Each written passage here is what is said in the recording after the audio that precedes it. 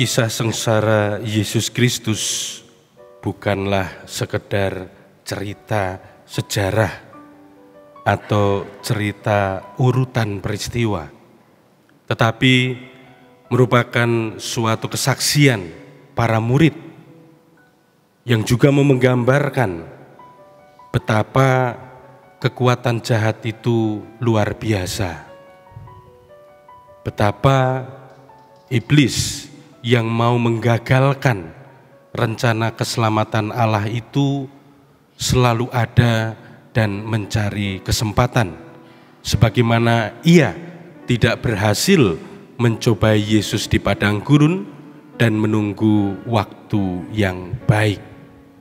Dan iblis, kekuatan jahat itu selalu berusaha menggagalkan rencana keselamatan Allah, dan diberikan gambaran betapa luar biasa kekuatan yang dimiliki iblis itu.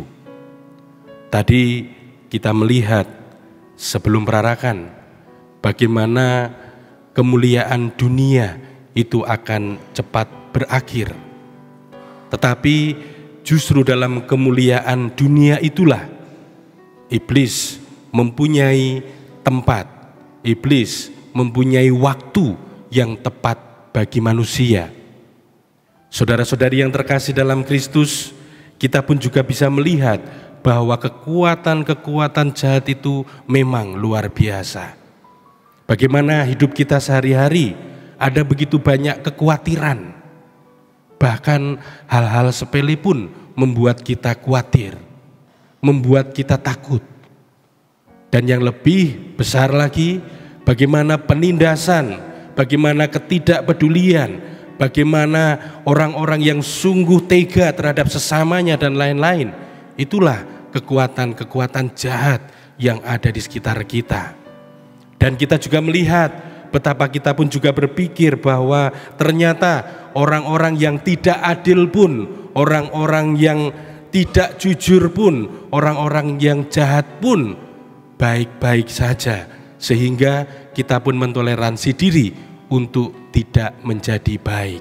Itulah saudara-saudari sekali lagi betapa kuat kekuatan iblis, kekuatan roh jahat itu. Tetapi saudara-saudari yang terkasih, para murid memberi kesaksian, mau seberapa kuat kekuatan iblis itu, mau seberapa luar biasa usaha iblis untuk menggagalkan rencana Allah, hanya ada satu yang kemudian berhasil, yaitu Yesus sendiri. Dengan apa? Ketaatan. Manusia jatuh ke dalam dosa karena tidak taat, tidak setia. Kemuliaan-kemuliaan duniawi itu dikejar karena manusia tidak taat kepada nilai adiluhung dirinya yang begitu luhur dan mulia. Tetapi dalam Yesus, justru karena ketaatannya, karya keselamatan Allah itu terwujud. Ketaatannya itulah yang mengalahkan kekuatan iblis, kekuatan jahat. Bagaimana kita lihat ketika di padang gurun, Yesus setia taat kepada bimbingan roh. Bahkan sampai saat wafatnya ia tetap taat kepada Allah.